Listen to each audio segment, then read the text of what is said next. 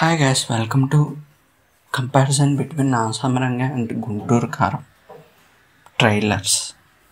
ఈ రెండు సినిమా ట్రైలర్లు చూసిన తర్వాత నాకైతే ఓకే అనిపించింది.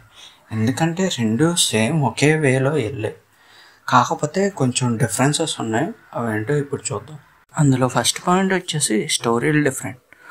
ఒకటి వాళ్ళమ్మ పెద్ద కొడుకుని వదిలేసే ప్లాట్లో వెళ్తే, ఇంకోటి ఏమొచ్చి ముగ్గురు అన్నదమ్ముల కోసం ఉండే స్టోరీ. సెకండ్ పాయింట్, ఇందులో కొన్ని యాక్షన్ సీన్స్ న్యాచురల్గా ఉంటే, అదే నాసామిరంగలో అందులో అన్యాచురల్గా ఉన్నాయి, అంటే ఆర్టిఫిషియల్గా ఉన్నాయి గుంటూరు కాలంలో.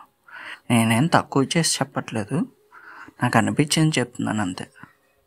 ఇవన్నీ పక్కన పెడితే సంక్రాంతికి ఏ సినిమా ఆడుతుందో చూడాలి. ఈ రెండిట్లో నాకైతే గుంటూరు కారం మీద డౌట్ లేదు, నాసామిరంగ పైన ఏదో కొంచెం డౌట్.